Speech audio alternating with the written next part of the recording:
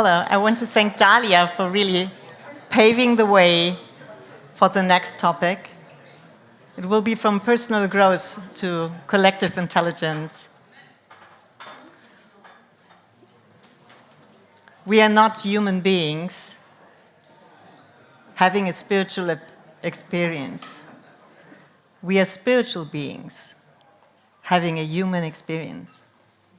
In the 1920s, Teilhard de Chardin, he knew that, and he also knew that someday science will melt together with the mystical. And this day is today. And it's no longer about leading through uncertainty. It's about why uncertainty will redefine the leadership.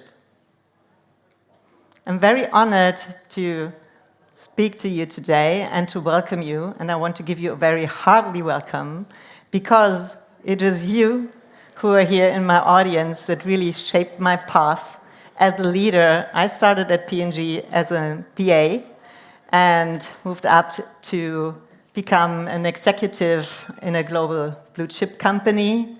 And today I lead an international thought leader collective. I'm a mindset coach and author of The Glass Elevator. And as of tomorrow, you can also grab it here. I donated several copies, so take it. But again, you know, it's all about presence. It's all about feeling connected.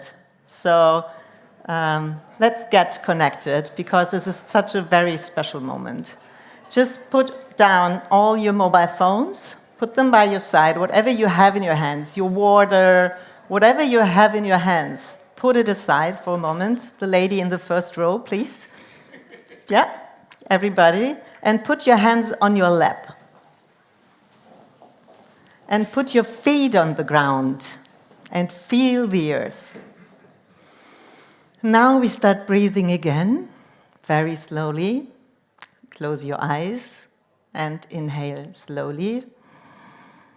Hold it and release it with a sigh. Ah. And another time, breathe in. Hold it and release it with a sigh. Now put one hand on your heart and breathe into your chest as slowly as you just started. Breathe into your chest, hold it, and release. Now you see a golden light beaming up in your heart like a candle. Continue breathing and feel the warmth and the gold of this flame in your heart. And with every exhale, you feel how it expands through your body. And with every inhale, it gets brighter. And now it's leaving your body and it's creating a golden ball around you. And with the next inhale, it's getting even more golden and brighter. And with your exhale, it goes into the room. And now you feel how your heart is connected with everybody in this room who's doing this. Now you can open up your eyes, and I invite you to lead from this space, from now on, from your heart. I have the pleasure to lead a company together with my beloved partner. It's a thought leader collective, and what we do is we unite visionary minds with our clients' expertise to realize smarter and bolder impact in the world. So we create transformative solutions for the future and impact cultural and digital change in very complex organizations like the Deutsche Bahn, which is definitely necessary to transform, or Zeiss, a very old traditional company, or we work for Vodafone, for Coca-Cola. So there are many that need really to transform and that they need to find human centricity in the way they transform their companies. And behind me, you can see the picture. It's called the School of Athens. And this was painted by Raphael for the Pope Julius II. It's in the Vatican. It's a beautiful picture. And what Raphael had in mind was that you put together a thought leader collective, the smartest minds like Aristotle and Platon. But also, he has some Muslims on this picture. There is Ibn Rushd on the corner, or there is Zoroaster. So for a Catholic Pope, it was important to get multiple perspectives to make wise decisions that are for the welfare of humanity.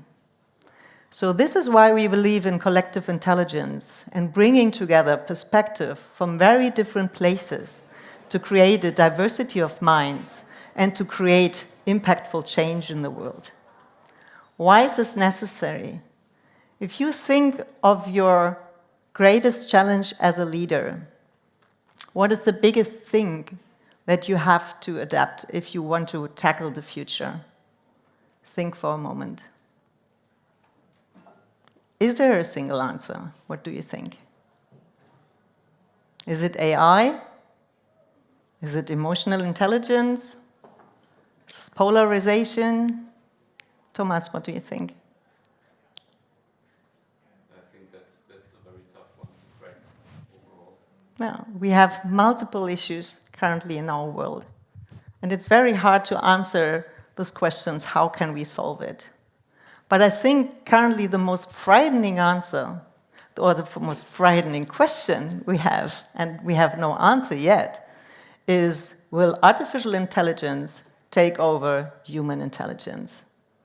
Because technology is currently rapidly expanding, it's really adapting and creating completely new systems every day. And all our institutions, they cannot adapt and create as fast as technology is currently able doing that.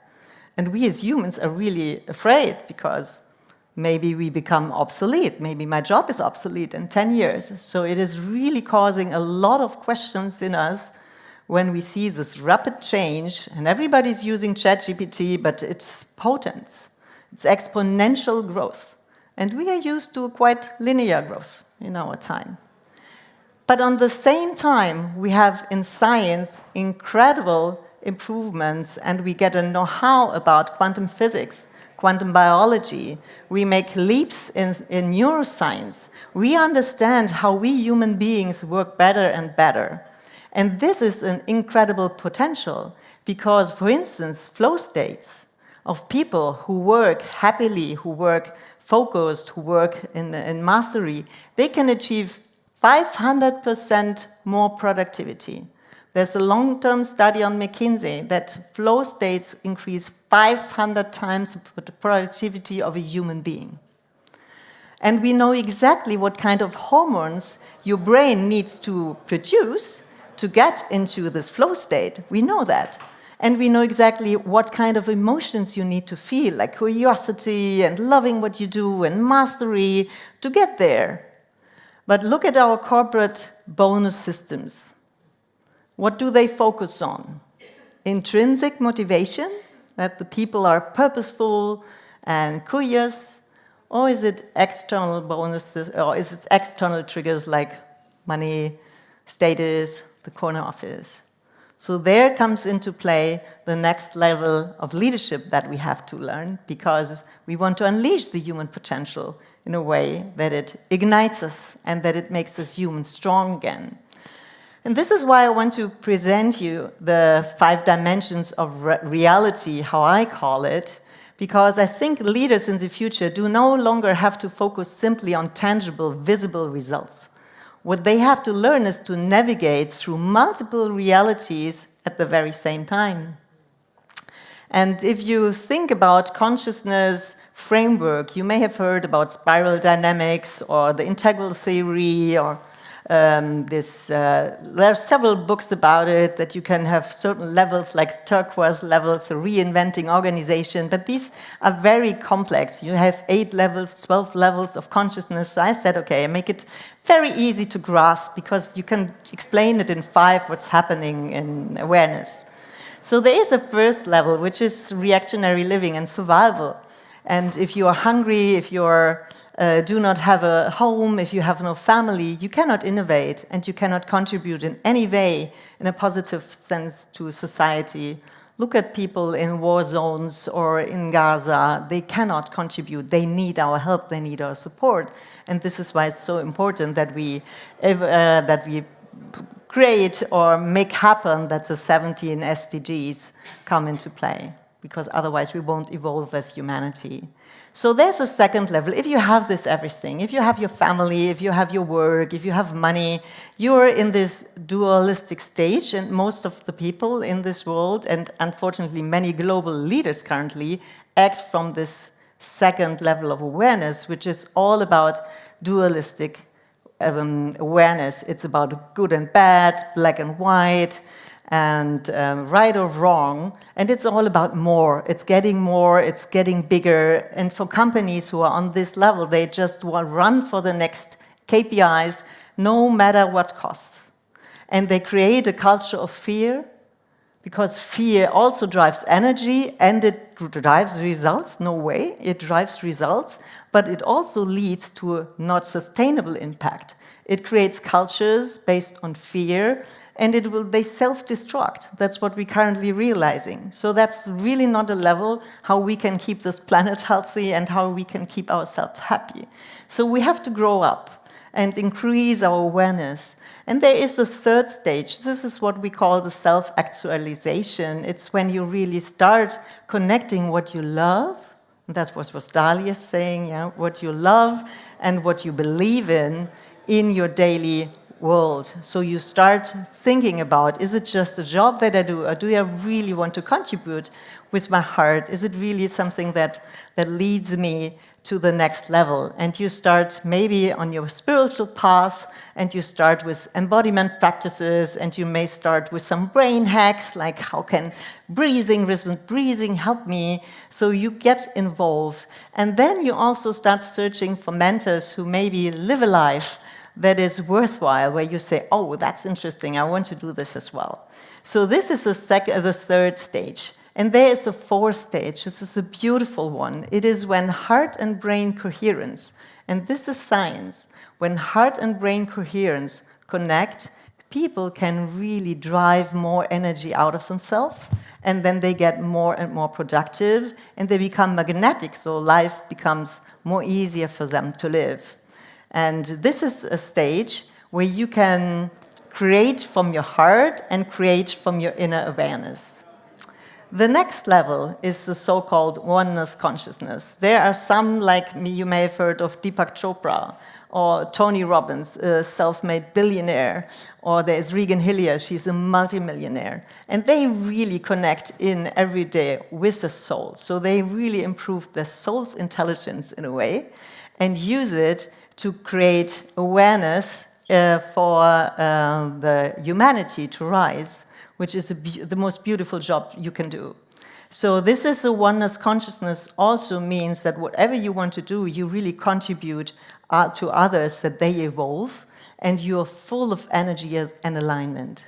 So how do I get there, and how do I can live that? And the most important thing is that you really have to understand that all the emotions that you feel are just energy in motion. You have to get aware of your emotional states, and there is the spiral down, which is leading you to fear and to danger and frightening situations. You may get so distressed that you are numb. I've been at this place, and for me it was a spiritual awakening.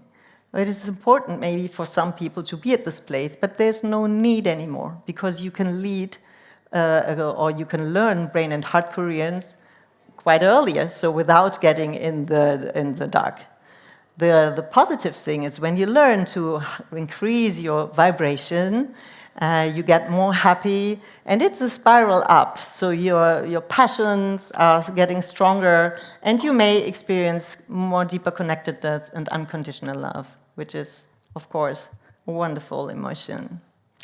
So think about, what if leaders are able to navigate not only through all these different kind of awareness stages, but if they are able to create emotional coherence inside of them in a way that it touches the team. And there are leaders like, for instance, Satya Nadella of Microsoft, who was really able to run a change in a company, who had the mindset of we know it all. They were all very ego-driven and they were the smartest. And he transferred them to we learn it all. So how did he do that? Does anybody has an idea? How did he do that? He worked with you. No? That would be too nice. What did he do? I think it's in his modeling, in the way that he models.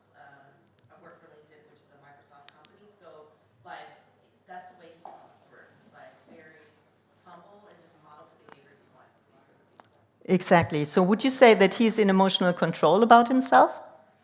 Does he practice mindfulness every day? He does. He wrote a book about it. So think about, and what did he do for Microsoft? What did he put his organizational target? Was it just profits? No. It's a lot of contributions. So, and in the glass elevator, I have a lot of examples of companies like Salesforce or Levi's. They really focus on contributing to the better and the health of the planet. And through this purpose-driven change, the leaders do, the company can change because the people can connect with that company purpose. It's far more beautiful to work for a company that does good and that spends money on raising children or feeding poor people or whatever. So this shouldn't be a program. It should be really something that you can learn from or listen to from the leader, but it's something that is really necessary to understand that humbleness and mindfulness really create transformational change because it gives energy to the people, and this energy is necessary to change old patterns of thinking. It is the energy, as Dalia mentioned, that you can only create from your heart. Nobody else will do it for you. And it's not just doing sports and fulfilling KPIs again, it's really involving or finding your own passion. And you are the only one who can really help you through that. So if you start to get on a personal growth path, it's a beautiful one because when you start changing and your surroundings will change too, and they will adapt and say, oh, wow, that's interesting for me. Maybe I can also dig into my soul's purpose and really start the change from the inside. You get more productive, you get more coherent, and you take care of your team's energy. And on that level, the organizational impact comes. And if you look at Jeff Weiner, what he did to LinkedIn, LinkedIn was a career portal. It was smaller than Xing when he started. And he made it a business portal which offers economical opportunity to everyone. He's a very mindful, very humble guy for a super boss. He's super sweet, he's accessible. He had a learning LinkedIn course, which is the Mindfulness CEO. So he's just focusing on these practices and he takes it really seriously because he understands that creating energy inside his teams and his people will create exponential growth and change. People come up and become more creative. So the good thing, if you decide for yourself, I want to become a 5D leader, I really want to dig into my awareness, I want to become more conscious about myself. There are tools that help you to get there, and one I describe in the book, which I love as an example. There are many different frameworks. I call it the life diamond, because you should look at your life like that you can really sparkle from the inside in very many different facets. And it's quite a job to do if you focus on your intellect and on your love life and on your passion and maybe on your contribution. I know so many people who have a business plan and they know exactly by what they want to achieve by end of the year. They have very clear KPIs. But do they really know what they want to achieve in terms of their love life? Or in terms of their intellect, what kind of books they want to read? Or what kind of contribution they want to achieve by end of the year? Or how they want to improve their health? So many people are afraid to ask these questions because they are maybe feeling a lack, they're feeling out of balance, instead of just taking this as a starting point, that you can really get into it and you will grow every day, because growth is nothing else but energy in motion. So ask yourself for a second, in what area do you feel out of balance? What area do you like to improve? Is there any brave one who's ready to raise a hand and say, yes, this is the area I want to improve? Nobody? Thomas again? I know the answer. There's no answer. Health for me. Health. Okay, Stefan. Plenty of areas, actually. Oh. Most areas I want to improve. That's good. You never stop growing. Exactly. So start, for those who love KPIs, I have a QR code here. So this is a Mind Valley assessment. And you can really easily, it's 20 minutes, assess your level. And it doesn't matter where you are at. It simply doesn't matter, because it's just the moment. It's not your life. It's just a second in your life where you are at. And be raw and real with your answers, because you cannot grow from a fantasy self. And what you see here, the dark gray area, is, for instance, an executive I worked with. When we started, he was there. And in 6 months, the lilac area improved. And he never thought that he could win such a quality in life in such a short period of time. And it's rarely the skills that the people have to improve. Most of the time, it's the thought patterns, it's what they believe about themselves, it's their surroundings that always told them what they should believe about themselves, so they don't free up. They do not have mentors in their life who live a by far better and happier life, so they cannot imagine that this is possible. It also happens. They have no idea how this could be. And sometimes it's a skill. So you see here in the love life area, there was really a lack. And we discussed how he could improve. And he decided to become a master and expert in Tantra. And as you can see, his woman was very happy with his decision. So he just took a course. So sometimes it's just thinking about what I can do. And it's very simple. And you can create yourself a better life. And it's quite long-lasting for him. So how can you transfer this into teams? We talked a lot about self-growth and discussing it with yourself and getting in your stillness and really understand your heart. But how can you discuss this and bring this into team? And I have a whole part about teamwork, because with team you need practical things. And for years I used this matrix. It's called frequency and productivity matrix, because most of the time we focus on KPIs. So we focus on something visible that we can see. So we have a work and development plan, and at the end of the year we see whether they delivered the project and whether they master the certification and whether they master several trainings. So it's never about really what kind of energy do they bring to the place. And this simple matrix just measures the productivity on the horizontal from 0 to 10, and the energy contribution to the team from 0 to 10. And there, if you look at your team, you will have all kinds of people.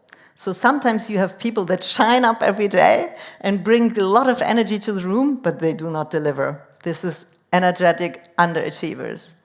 You may also have demotivating drifters. These people are usually at the wrong place, so they don't deliver, and they have a sucking energy. And the worst, and unfortunately we have many of these, are the super productive, the results drivers, who still fuck up the energy of the team. With their bad behaviors, with just the way they talk to others. They are not supportive, they are competitive, they're just doing their things. So you just don't want to have such a team. You want a team of positive powerhouses that deliver to your targets and that still are capable to evolve others. It's in leadership, everything will change from one leader to teamship. So in teamship, you need accountability within the team, that they really make sure that the results are delivered. So in this way, you have to create positive powerhouses. So it's not that you confront, as a leader, your team member with, hey, you're an energetic underachiever, because this is very demotivating. So what you do is you invite them into a meaningful conversation and ask them on this matrix, where do you see yourself? Where is your productivity? Where is your energy contribution? And then you ask, what do you need to change, or what I need to change, that you go up, that your productivity goes higher? They find the answer within themselves. You do not have it. They have it. And if you continue doing this, they will really evolve, and they will get energized by the idea that you listen to them, that you take care of them, and that you really want to know about them, how they feel at the workplace. That's a huge difference, because you do not talk business. I had people who were demotivating drifters. And these were, for instance, the mother who just lived in the wrong cities. She had nobody around her who could take care of her child. So when she was in cinema in the evening, she had to pay the au pair girl, the babysitter, and the cinema, and she was broke at the end of the weekend. And every weekend she was driving home to Düsseldorf, 5 hours in the train, and then she got sick, and then they got the baby sick. And I said, come on, stop this. It doesn't help you. And she quit after 20 years, and she found a better job in Düsseldorf. So she was just in the wrong place. And how can I, as a manager, lead such a conversation? But I just asked her. I'd never punished her. And she came by herself to the idea. And of course, it took half a year until she was settled and had a new job. So we were kind. But it raises the energy of the other team if you put out the demotivating drifter. And you won't believe, if you explain a toxic achiever that he's currently in the wrong team, if he cannot contribute to the energy, and they understand it, usually they go by themselves, because they want to be happy. People want to be happy. You have a lot of energetic underachievers who, become powerhouses, because they need the good vibe to be really productive. And it's the toxic achievers that set them back, because as long as they are highly accepted, they just step back because they need energy. So this is what's happening with your teams. Focus on the energy, on you and on the others. So I'm coming to an end, but I just want to give you one more visual here, because I started with that we design collective intelligence at Dos Santos when we create change. And transformation always needs one thing: how good you understand yourself as a human, how you function, how you work, your psychology, everything means it. And there you have a symphony in your brain of different things, like there's a left brain which has a lot of logic and performance and order and control and stability, but you also have a wonderful right brain. It's more the feminine part, who brings in the intuition and the creativity and all the good things. So, and who is aware of how much he uses both hemispheres in parallel? How do you integrate them? I was head of operations for 5 years, and I felt that my creative part is really dead. And when I stepped out of Sony, the first thing I did was buying a horse. Because I read a book about Zen mind, Zen horse, and working with a 4-year-old crazy horse is the fastest path to create more energy in your right brain, because you cannot control it at all, so you're completely lost.